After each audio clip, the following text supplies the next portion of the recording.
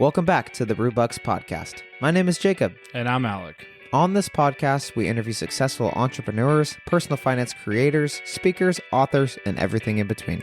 We like to keep things casual around here by cracking a beer with our guests at the beginning of every show. There's nothing quite like having a conversation with your friend while sipping on a cold one. If you're looking to learn more about money and entrepreneurship, all while having some fun along the way, this podcast is for you.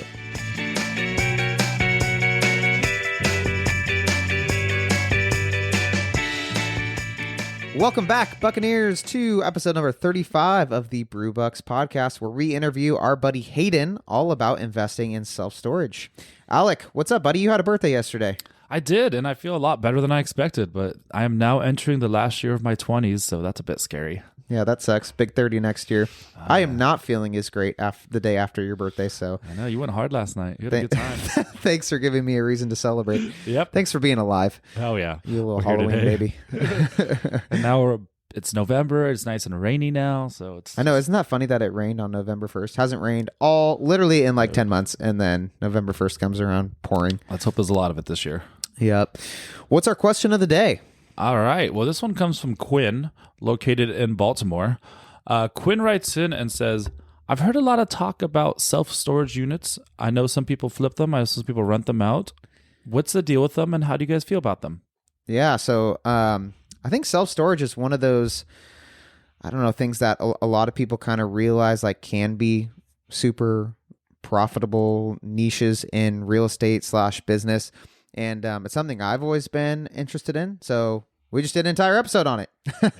So you guys will, we thought, and some of these questions of the days that we get in, or some of the questions that people write in, some of them are easy to answer. And some of them it's like, man, we should just do a full episode on that. Yeah, we had this question on the back burner and we found Hayden. We're like, this is perfect. Yeah, this is perfect to put in here and let someone who really knows all about it explain it a little bit better. So, and what I really like about this interview, and we haven't talked about this in a little while, but we wanted to when we created the podcast, we wanted to create a dynamic where I have been studying personal finance, real estate, and all these different, business and all these types of things for quite some time. And Alec has not done as much of noob. that. And again, the goal was to be able to create an environment where people who didn't maybe fully understand or have a large background in these certain areas would still be able to understand it and learn something from it. And so I thought there was a couple times like throughout the interview where you were like, wait, back up, or tell me more about that. Where like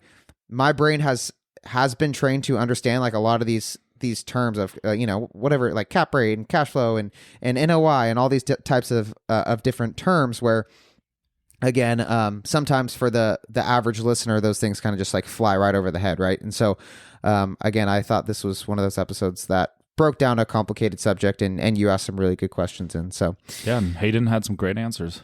Yeah. So, and one last time, if you're enjoying the content that we're putting out there, please share it with a friend. Help grow the podcast. This podcast is completely free to you guys, and me and Alec put a lot of time into it every single week, and so we'd really love it if you would just, again, share an episode with a friend, go on whatever platform you're listening on, give it a rating and a review. Again, it keeps us going and helps us keep the lights on and pay the bills. It actually costs money to do this podcast every month, so it helps us out. And again, we're just trying to spread the knowledge and spread the wealth so that more people out there can be financially free. So just one click, just click 5 stars or click repost. Simple. I believe in you guys to do it. All right, here's our interview with Hayden. Real quick before the interview, Brewbucks is doing a giveaway. We're offering one lucky winner a free t-shirt, a free hat, and a 1-hour coaching session with Left Coast Finance. To participate, head over to our Instagram at Brewbucks Podcast, tag 2 friends in the comments, and make sure you're following the page. And for a bonus submission, leave a review on either Apple Podcast or Spotify Podcast, and you'll receive 2 submissions to the giveaway. Thanks, and on with the interview. Hayden, officially welcome to the Brewbucks Podcast. Thank you so much for agreeing to come on and hang out with us today. It's going to be a pleasure, man. We're going to have a great time, and I thank you guys for having me. Yeah. Hayden, excited to hear your story. Sounds like you got a good kind of niche market that I think people will be excited to hear about. Definitely. So, Hayden, as you might know, we're going to start off each show by talking about what type of brew we will be sipping on. Whether it's a nice cup of coffee or a nice cold beer, there's something different about having a conversation with a drink in your hand. Our goal is to be able to provide some interviews and conversations with awesome guests while not taking ourselves too seriously and most importantly, having some fun along the way. So, Alec, what did you bring us today? All right. So today I am drinking a beer called Oat Face Killer. It is by Proper Brewing Company located in Salt Lake City, Utah. And yeah, it is a hazy IPA with oats added. So let's give it a taste. Seems everyone is doing something with oats these days. And that is not bitter at all. That's actually really tasty. It's like strong notes of papaya, not bitter, not even very malty at all. It's just a smooth, very drinkable IPA. So that's good. The can is pretty cool. It has a little picture of Jason Voorhees' mask. So kind of like a little Halloween beer. So it's a little fun beer. So no, yeah, perfect for the day after Halloween, right? Yeah. Where'd you get these beers? I got them from my work. Some people brought them in and gave them to me. So Perk's working on a brewery. Yeah, definitely. So cool. Alec brought me the Brew Free or Die Cold IPA. It is by 21st Amendment. Where are they out of? They're out of Alameda? Or are they out of Oakland? I think Oakland or somewhere over around, there. Yeah. I don't know. It's 6.5%. Tasting it here. All their cans are really cool. San Francisco. Sorry. I think that's Abe Lincoln on the can. It's pretty cool. Definitely. But it's super crisp, bright, easy drinking, but still a super flavorful IPA. And it is only noon, but it's definitely helping the day after Halloween vibes. So, yeah. Hayden, what you got over there? I have conference calls, you know, how the day after Halloween goes. So I've got a can of Liquid Death here, which I love their slogan here. Murder your thirst is their tagline. It's just water, you know, but what a great example of branding. So I actually hadn't opened it yet. I figured why not pop it. I love it. On it there. So it's great, man. Carbonated water. They got a couple different flavors, but I'm drinking their severed lime right now. Severed lime. It's always good to stay hydrated with some mountain water. I love it. So for people who don't know what Liquid Death is, the can looks like a super crazy badass beer, but it's just water in it, which is so cool. You could definitely get away with drinking at a party and not people think you're drinking beer all night and they wouldn't even know. Yeah, totally. I think that was their whole marketing for it, right? Hangover not included, right? Yeah, that's awesome. Well, Hayden, thanks again for coming on and hanging out with us, and cheers, man. Cheers. So yeah, to be here. Yeah, definitely. So let's get this thing started. Really, we like to start every interview by just kind of learning a little bit more about you, specifically like kind of how you grew up surrounding the area of money. Yeah, I mean, I grew up, you know, my mom was a stay-at-home mom. My dad's the hardest worker, you know, that I've ever met, but he didn't find himself in the role of entrepreneurship. My dad, when he was 16 years old, started working in a cardboard factory and worked his way up from the lowest position to pretty much, you know, manager of production at what is consistently known as like the highest quality cardboard manufacturer. They're a little bit on the smaller side, but they focus on quality, and he manages, you know, output and the entire production there. Which she has a really cool story. You know, I grew up never wanting anything, but also not living, you know, a life of wealth and abundance, you know, and all that. So I didn't grow up, you know, on the wrong side of the tracks in the sense of like I wanted to do well because I didn't have money or ever suffered or anything like that.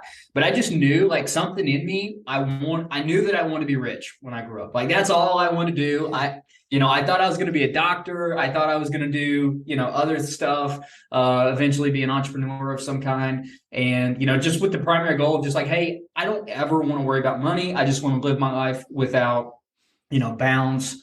And just do whatever I want effectively. You know, I mean, a lot of people today call that financial freedom. I didn't really know those terms back then. I just know that I didn't want to be limited, you know, by money. So that's kind of how I grew up, man. It's just, you know, grew up on a 40-acre piece of land, riding dirt bikes and four-wheelers, not knowing anything about real estate. Nobody in my family was in real estate. And, you know, it wasn't until later, you know, that I even really thought about that idea. But that's pretty much how I grew up.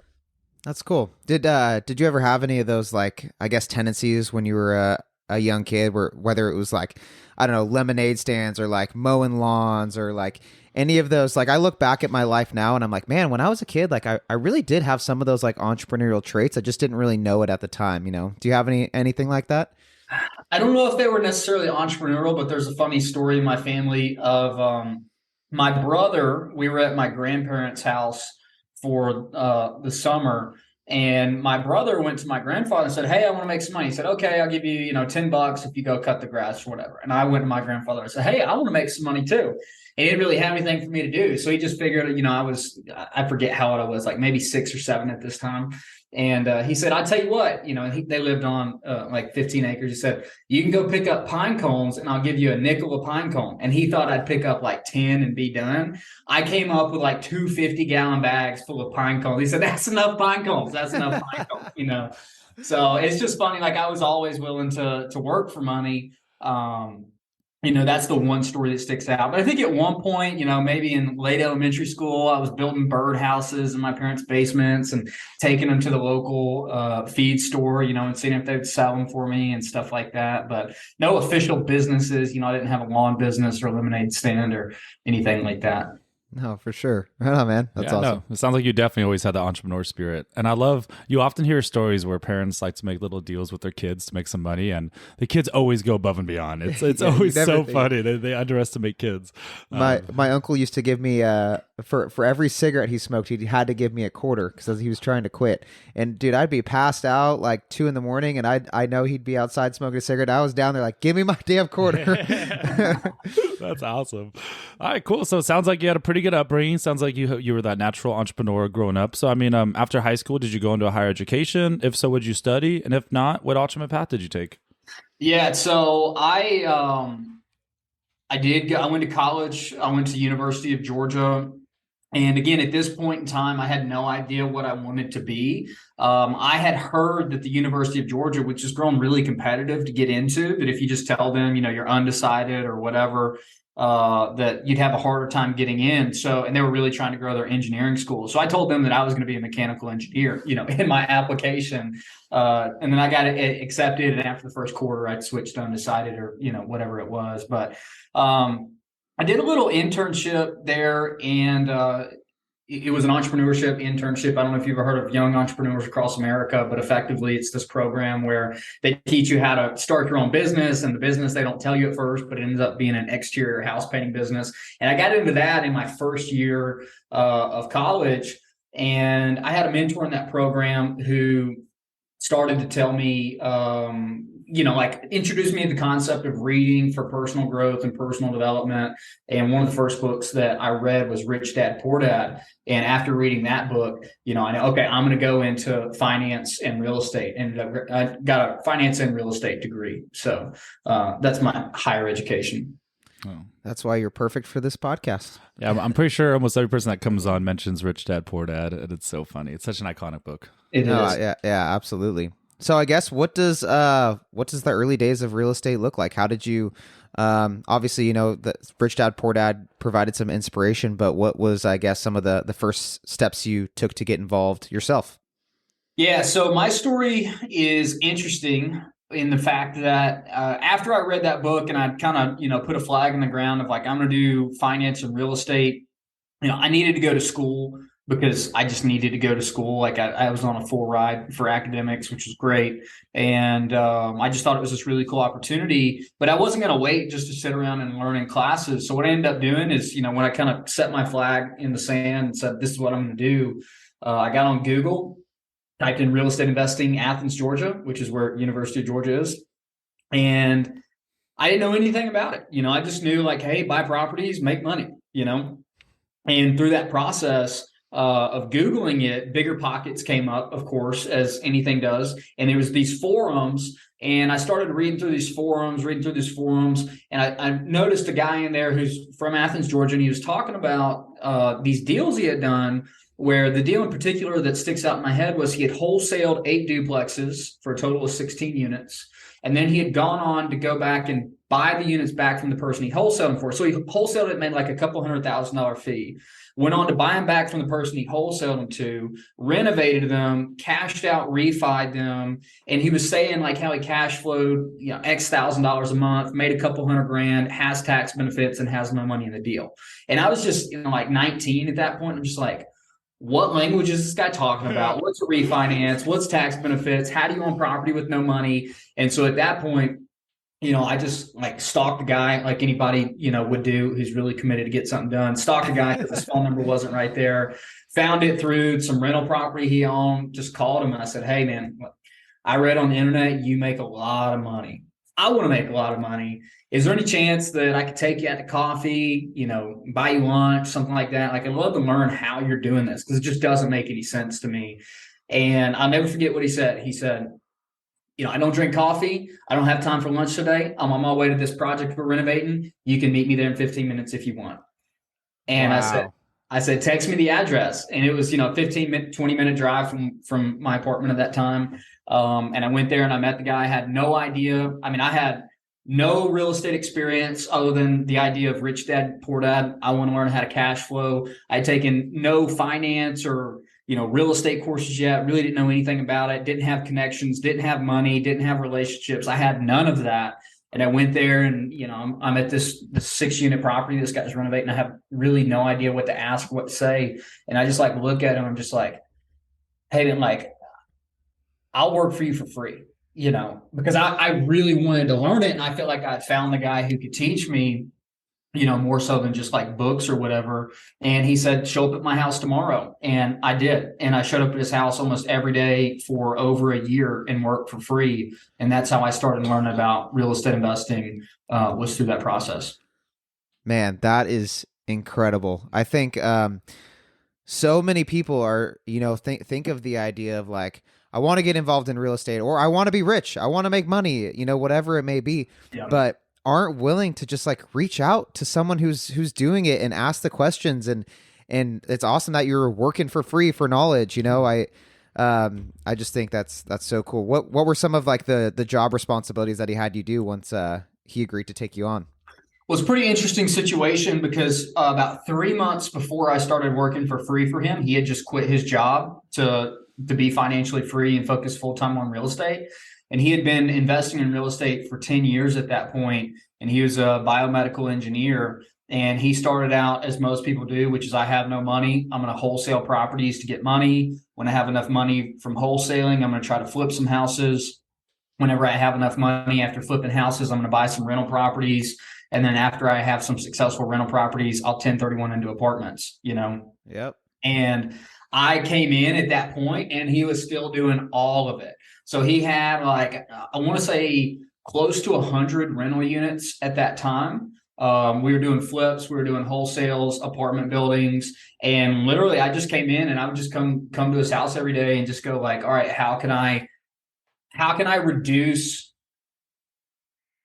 problems inside of your business? So I didn't really have any job tasks. Like if we were doing a renovation and we needed to find contractors or manage contractors, whatever, like I would just learn how to do that process. And I'd say, what do you know about this? He'd tell me, I would research, try and make the process a little bit better, just always looking for ways to add value. If he did his own property management, so I would show, residential units to people, sign leases, get people set up in the tenant portals.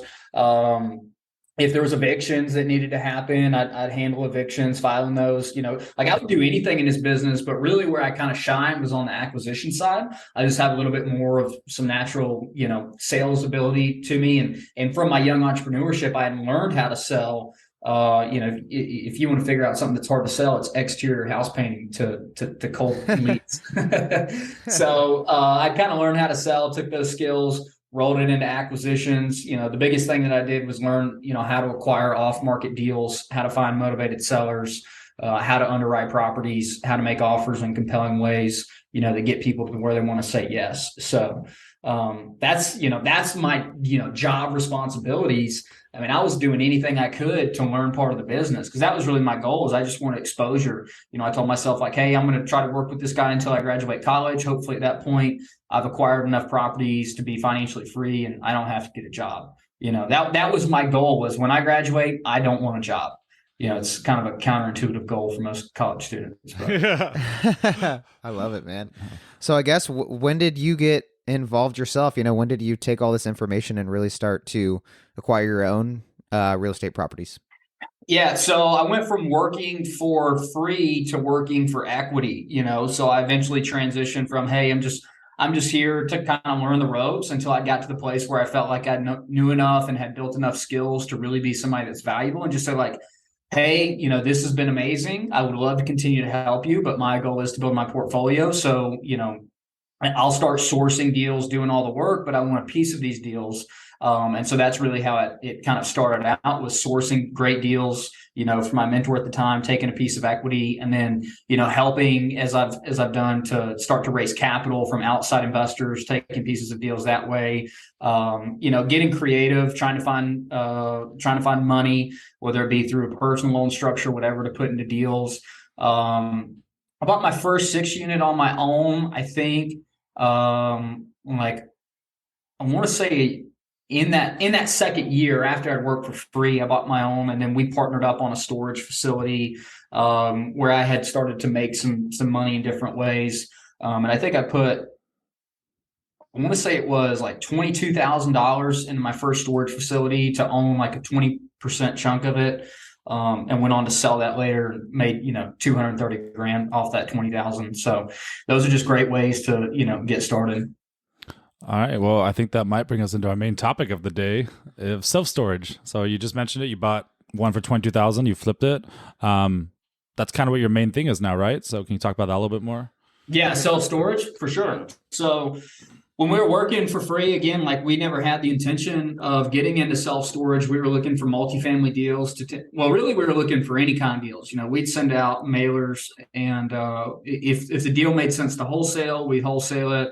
If the deal made sense to flip, we'd flip it. If the deal made sense as a rental, we'd keep it as a rental. So we were sending out letters to houses there in Athens, and a guy responded and said, "Hey, I got this letter about this house. I don't really want to sell you guys my house, but there's these storage buildings that me and my dad built, and neither of us have been there in 10 years, and we'd want to sell those." And I go, "Storage buildings? Like, what's that?" I grew up on 40 acres with a barn and a basement. I had never been to a storage facility in my life. It was a new concept to me. And, which is crazy for how much the storage industry has grown over the last 20 years. Oh, yeah. But, in that process, it was like, again, like, I was already comfortable with doing things that I didn't know how to do. And so at that point, we were like, why could we not do this? And I think a lot of people say, "Oh, well, we don't do that. I don't know anything about that." But our mindset was, we're just constantly learning and getting better. And so the first little deal we did was a 65 unit, 6,500 square feet deal there in Athens, Georgia, man. And we bought it. It had 2 tenants out of the 65 units, and neither of them had paid in over a year, and it needed a fence, and it needed, new doors, and it was completely empty, but just kind of, again, listened to a couple podcasts on it, did some research, ran the numbers on it, and go, okay, this seems like it could be a really good investment. So that's how we kind of got into it, was by happenstance. Just sending out mailers for houses, and somebody saying, "I don't want to sell you my house, but I'll sell you these storage buildings." So a lot of luck, a lot of faith there. And, after a couple months of owning that deal, just thought to ourselves, like, holy shit, this is incredible. Like, we haven't had to evict anybody. The people who do move out, we just sweep their unit out, we rent it to the next person. There's no painting, there's no floor work, there's no, security deposits, background checks on tenants. There's none of that. You can just, somebody will rent a unit online. You just tell them to go there and punch the gate code in and just put their stuff in there, and then they just pay you on auto pay. Like, why are we even doing any of this other stuff compared to self-storage? And that was, just a revolutionary question of, is our focus in the right spot? And we just decided to go all in on storage facilities. And we ended up buying 18 deals over the next 18 months after that. So. Oh my God. I think you definitely made the right move with storage facilities as well, because I've noticed, at least in our area, I don't know if it's the same within Georgia, but houses are much smaller being built lately. They're not being given backyards. It's just these little duplexes they're building and stuff. So I think with even houses and overpopulation happening, it's just people need storage. They have, in America, we love to hoard things. We love to store things. So I think it's a genius idea what you're doing. And I think that's almost probably going to work better in the long run with how things are going. Americans are still hoarders, but the houses are getting smaller. Yep, exactly. Yep. Totally. The perfect recipe. Man, so you said only 2 of the, was it 36 units were rented out? 65 units. Wow. So they just really just didn't care about it, huh? Yeah, they had 2 barbecue restaurants. I think 2 of them, but definitely barbecue restaurants. And they just didn't care. They just just wasn't there for them. And to a fine degree, like, I mean, the property could only make $6,000, $7,000 a month at that size. So it wasn't like, there was a ton of upside in it. And in the beginning, like, I would never buy a deal that's just 65 units now. There's just the margin, the financials, they're not there. But that was just, hey, I didn't know any better at that time. But I mean, a deal really needs to be like 20,000 square feet or 200 units to make any sense today. Got it. Cool. Well, how do expenses on a self-storage property differ from a typical rental property? Obviously, you're kind of just stating it's a lot more simple and a lot less moving parts. But what do the expenses on a property like that look like? Yeah, man. I mean, self-storage is a lot more of a business than it is a rental property. You got to think that we're servicing a lot of customers. Like, most rental property investors don't have to worry about like marketing and sales components of that. They're just like, see the unit. Do you want to rent the unit? Right? Throw it up on Facebook Marketplace, Zillow Rentals, wherever you list your rentals. But self-storage, on the other hand, is a lot more of a business. Self-storage is a commodity, right? So if you think about like a gas station, right? Like, you got to be in the right place at the right time to get a customer's business. Now, some of it does matter in terms of like how you're located proximity-wise to a customer's home. But if you have competition and you're both doing the same thing, you're running a lot more of a business. So, you have things like website expenses, phones, labor of people handling customer service, people handling, the sales side of things, the marketing side of things. It just runs a lot more like an ordinary retail business would, which, thanks to a lot of technology that's come out since I started, you can automate a lot of this stuff, but you still need to be accessible to your customers. But generally, the rule of thumb is that you're going to spend about 40% of your income on expenses between property taxes, insurance, marketing, labor, all of that good stuff. It's going to run a 40% expense ratio. So if we have a property that brings in $100,000, back to napkin, I would estimate you're going to spend $40,000 on expenses. Okay. Got it. Makes sense. Do you have to do any, like, I guess, what type of maintenance do you have to do besides like maybe like changing locks or like, I guess maybe like groundskeeping, or like what does that look like? I mean, you pretty much got it. That's it. Yeah. Yeah. I mean, the only other like maintenance items that I would say that's a little bit different is the roll-up doors, that self-storage units have. You need to spray the springs with like some oil to make sure. If you don't, they'll break eventually, and you'll have to replace those. So sometimes you got to replace springs. You got to do maintenance on the springs. You got to do maintenance on your gate system. But we're talking about like a can of chain lube or something like that. It's like $9, So really, maintenance, man, is super, super easy. Got it. Okay. I think we got to bring up the Storage Wars thing. Yeah, right. So Storage Wars. I mean, come on. What do you do with all these lockers that aren't bought out? I mean, do you actually do like, or people stop paying? Auctions, or when they stop paying? Have you ever found a dead body in a storage unit? All these questions. I mean, that's what people wonder. I haven't found a dead body. I found a couple of live bodies of people shacking in storage units, which is always fun. The telltale sign is when their door is always, an inch open at the bottom there, which is just sad, But anyway, Storage Wars, man. I mean, it's just completely made up. Like, I've never found a storage unit that's not being paid on with anything valuable in it. Like, it's really ridiculous. And the rules around it are really funny. Like, as the property owner, I'm not allowed to bid or buy on the delinquent units in my own property, right? Neither are any employees. That's the law.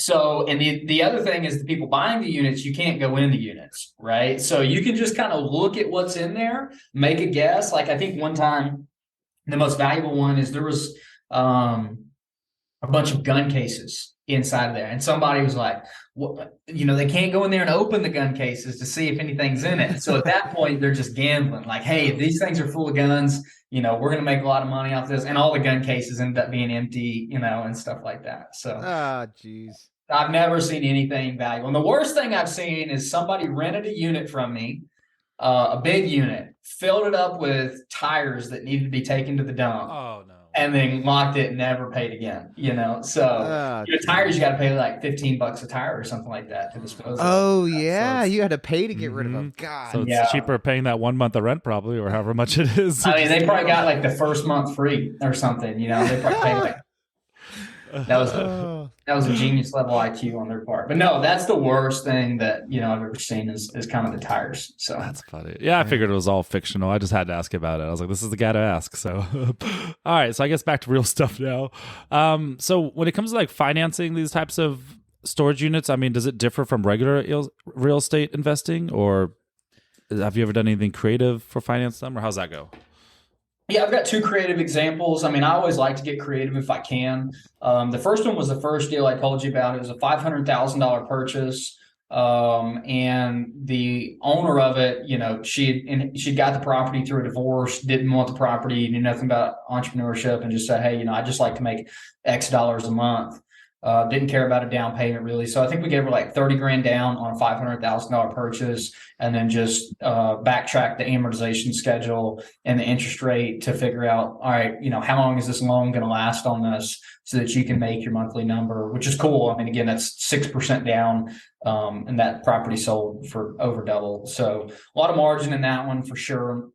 Another one that I did that's probably one of my favorite deals that I still own is I bought a $3 million property for no money down. We did a lease option on the property. The property I thought was worth about 2.3 million at the time, but I thought there was a lot of upside in it. Really good location, below market rates. Again, put no money down on it. Have the option. I will buy this thing at $3 million. Today the property's worth maybe 5.2 million. Put no money down, and this year it looks like it'll probably cash flow like 140 grand this year. So there's a lot of opportunity. I mean, you got to know how to structure the deals. You got to be confident in the numbers on it, but there's always opportunity to get creative on these kind of deals. So on the creative, I mean, I call creative financing the wild, wild west. I mean, you can literally make anything happen that you can negotiate, like there's not a lot of laws and rules around what you can finance and how you can structure deals. It's like up to you as a creative deal maker to make that happen. But on the other side, just the traditional, if the owner doesn't have a lot of equity, or if they don't want payments, they just want cash, whatever, the standard is a 75 or 80% LTV loan, 20 years, at market commercial interest rates, on a 3 to 5 year balloon for a lot of these properties. Sometimes you can negotiate a 7-year with your bank, and I always like to get as long as possible. So that's the standard traditional financing. And then some other cool ways are the SBA. The SBA views storage facilities as businesses. So the SBA will not lend to you on like rental houses, apartment complexes, but if they view that you're buying a business and the real estate along with the business, then they will finance that, right? Small Business Administration. So you can use the SBA to get 10% down loans on 25-year amortization schedules, fully amortizing, no balloon date ever due on those. So those are pretty cool. And the SBA has two different programs. And then USDA also has some programs. I've never gotten any of those, but they've got some good. I think they'll do 30 years on the USDA side if you're in more of a rural area. That's cool. Yeah, I've always found it really interesting that like the merge between the business side and the real estate side of storage units, and it's cool kind of seeing how it all comes together. Yeah. It's almost like a loophole to get around it. I like it. It's like, it's not, but yeah. Offers some more options for sure. So I mean, I got to ask, sounds like you've had a lot of successful stories. Was there ever a storage unit that you bought that maybe wasn't successful, that you wasn't for the sure. right area?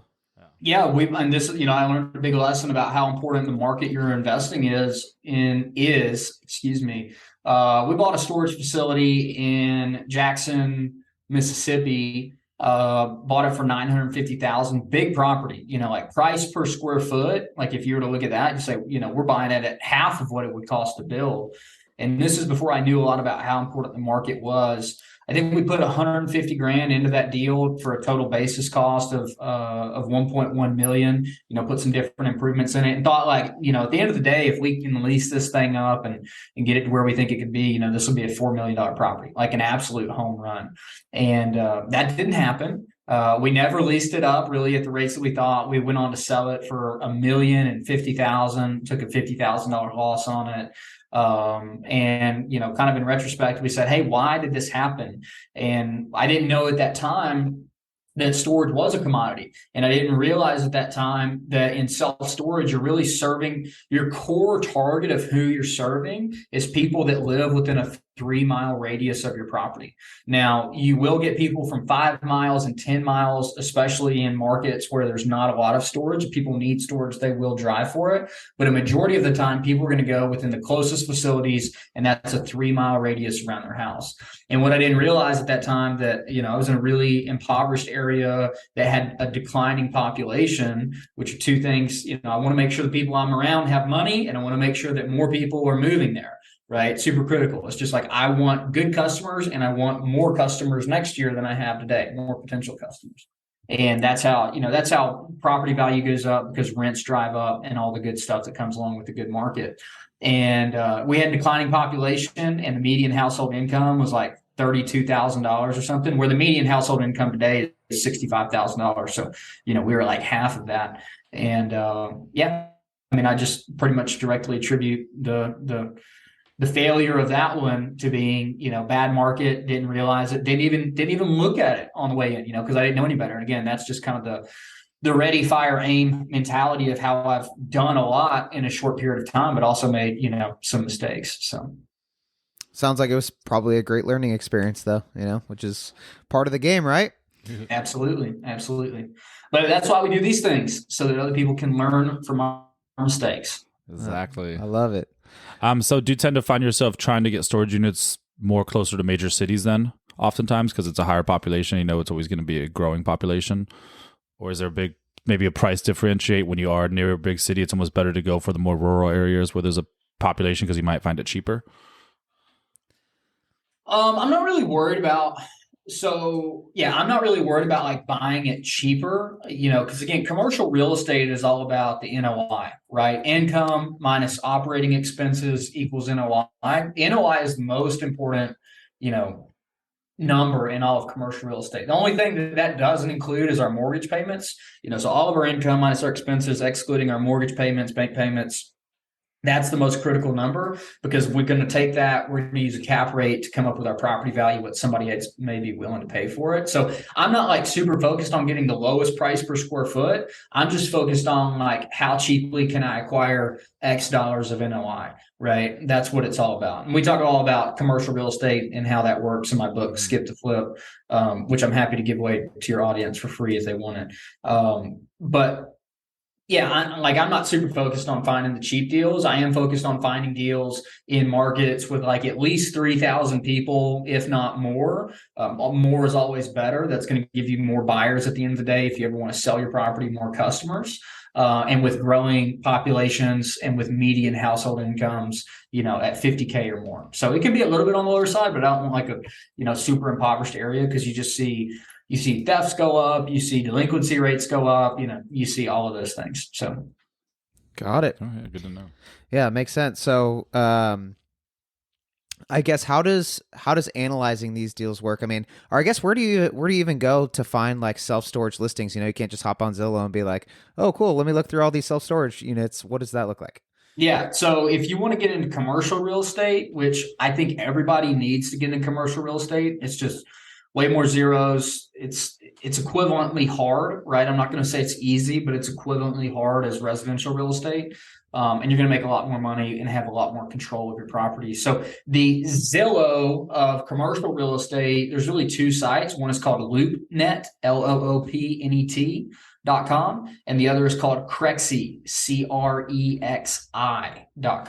And both of those are like the Zillow for commercial real estate. And both you can find properties for lease, like if you're a restaurant and you're trying to find restaurant buildings for lease, or if you're trying to find an office building for lease, whatever, you could go there and find things that are for lease, or you can find things that are for sale, for sale for owner use, like, hey, I own a tire shop, I'm looking to buy my own tire shop. Or you can just find investment properties there, like multifamily apartments, storage facilities, warehouses that are investment grade type of properties. You can find all of those on both of those websites. They're competitors. So cool.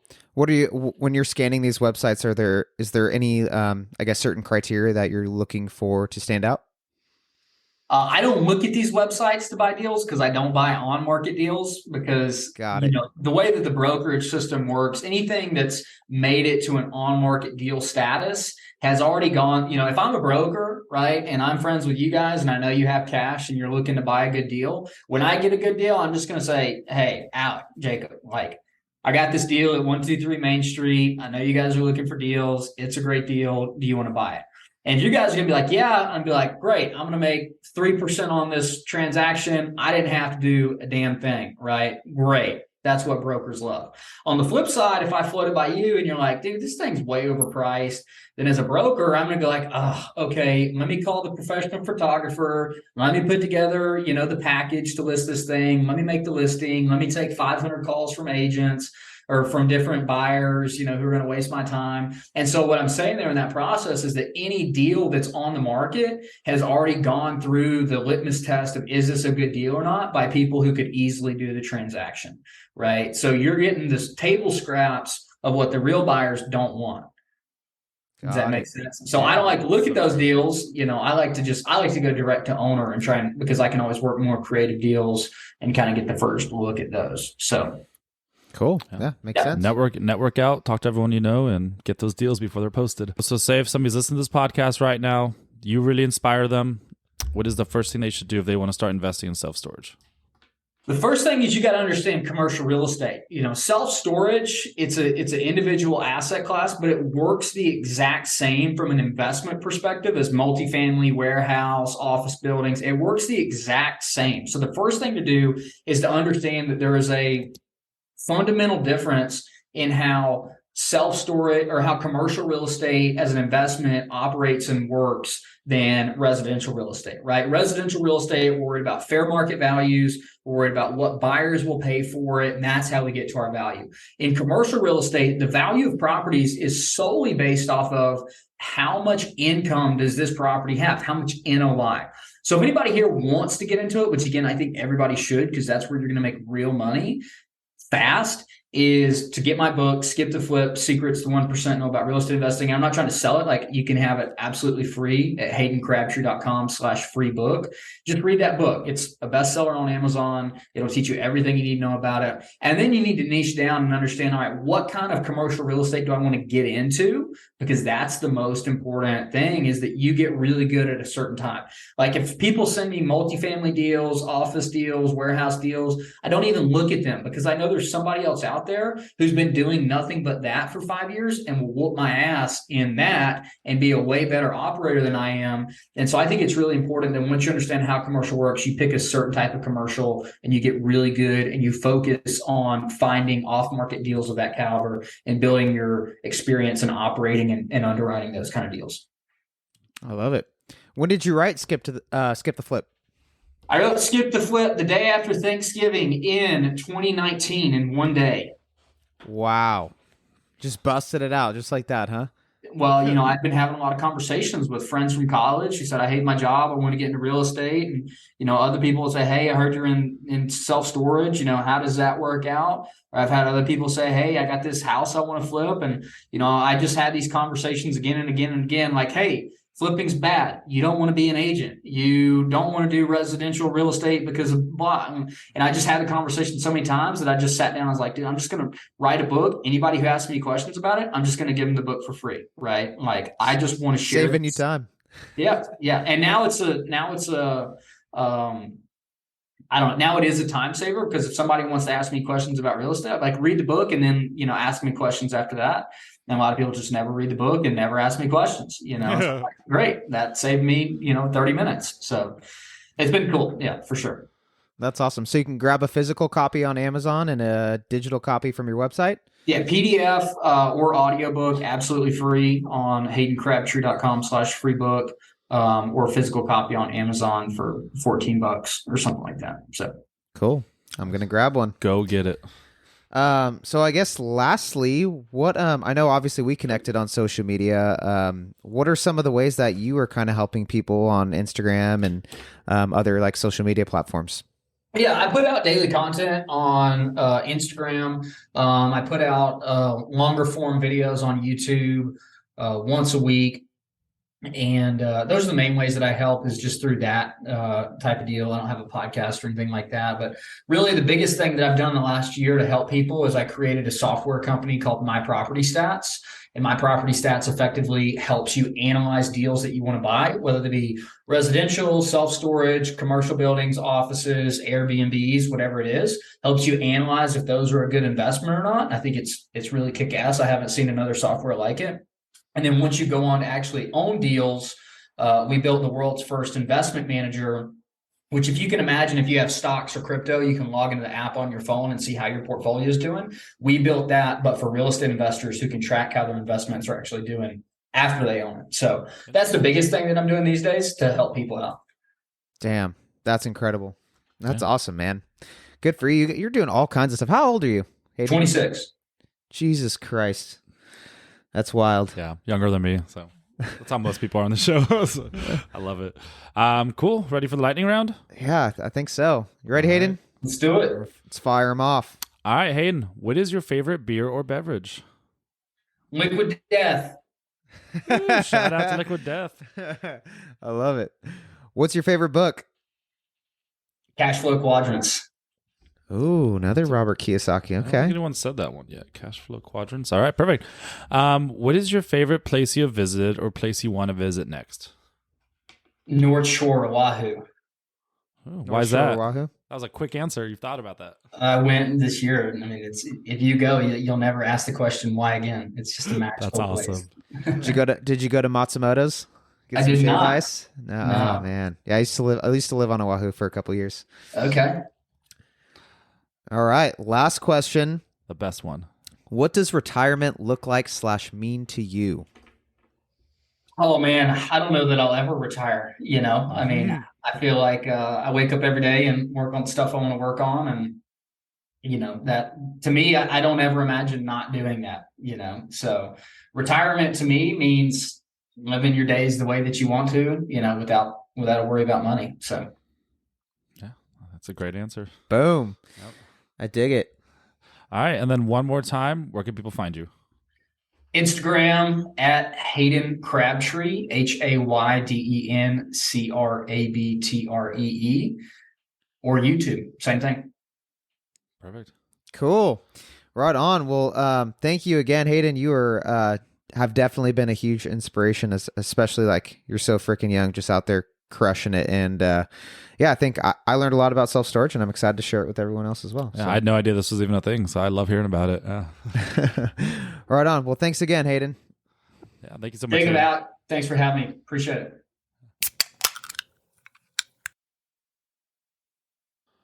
Man, Alec, what'd you think of our buddy Hayden? 26 and doing a lot more than most people have done in their lives by the time they're even 50 or 60. So shout out to him. Dude, seriously, I still am just like a little, I'm just like baffled. I think I'm not someone who, I guess, promotes like comparing yourself to others, but sometimes it's hard when you're like, shit, man, I thought I had accomplished a lot by 26, but then you like look at someone like Hayden and you're like, damn, dude, he is doing it. Oh yeah, he's killing it. And what I think my favorite part about the whole story was he took that entire year of internship with the guy to just learn. He just wanted to learn. He didn't get paid. And then eventually after that year, he's like, all right, now I need to start getting paid. I've done this. I've learned this stuff. And what really stuck with me too was when the guy messaged him and said, I don't drink coffee and I don't have time for lunch. I love that I don't have time for lunch thing, because people are afraid of spending time and furthering their goals. They think it's just going to fall in their lap. And entrepreneurship is a full-time job. It is not easy. Every person we have on the podcast is always dedicated, set schedule. They're never just sitting down and relaxing. No, yeah, 100%. I think kind of going off what you said, like, I love that so many people will not take the time to, or won't invest the energy and time and effort into learning something without, having some type of like monetary gain to themselves, And again, like you were kind of saying, he spent an entire year working for this guy for free for education, and I think it's sometimes you got to take a hard look at yourself and say like, hey, is what I'm doing now teaching me something? Am I learning? Am I growing? And is there someone else out there who can teach me this stuff at a quicker pace, right? If Hayden would have gone out there and just tried to read every single book that he could, he definitely wouldn't have learned as quickly. There's a reason that he's 26 and so successful, and it's because he took the knowledge of someone who's been doing it for a couple decades and was able to absorb all of that information from him in a year span, right? And that is how you freaking get ahead, right? And he jumped into the bigger pockets rabbit hole, went through the forums, found the person, identified the person who it was that he needed to contact to gain this wealth of information and knowledge, and did it. Yeah. And sometimes it seems like such a complicated process, but it's not. Go out there and talk to someone who's doing what you want to do. You know, it's not rocket science. And you can tell he's been reached out to so many times that he wrote the book on it. And now he doesn't want to spend time giving the same answers over and over. He just says, read my book. And then that's so easy to kind of navigate through the people that actually want to succeed at what you're teaching, or that don't really care and want it to be easy. Yeah, totally. So I'm fired up. Me too. Hayden was great. Yeah. Hayden, shout out to you. You're amazing. Great guy. So, all right, buddy. You ready to get out of here? Yep. Let's go enjoy this beautiful rainy day. This beautiful rainy day. All right. Once again, thank you for listening to the Brewbucks podcast. My name is Jacob. And I'm Alec. Signing off. Hey, I'm on vacation every single day because I love my occupation. Hey, I'm on vacation. If you don't like your life, then you should go and change it. Hey everyone, if you've been enjoying what you've been hearing, please head over to whatever platform you're listening on and give us a 5-star rating and review. We would really appreciate it, as this helps our podcast get more traffic and allows us to continue to have quality guests on the show for your listening pleasure. Don't forget to follow us on social media either. Follow us on Twitter at BrewbucksPod and on Instagram at BrewbucksPodcast.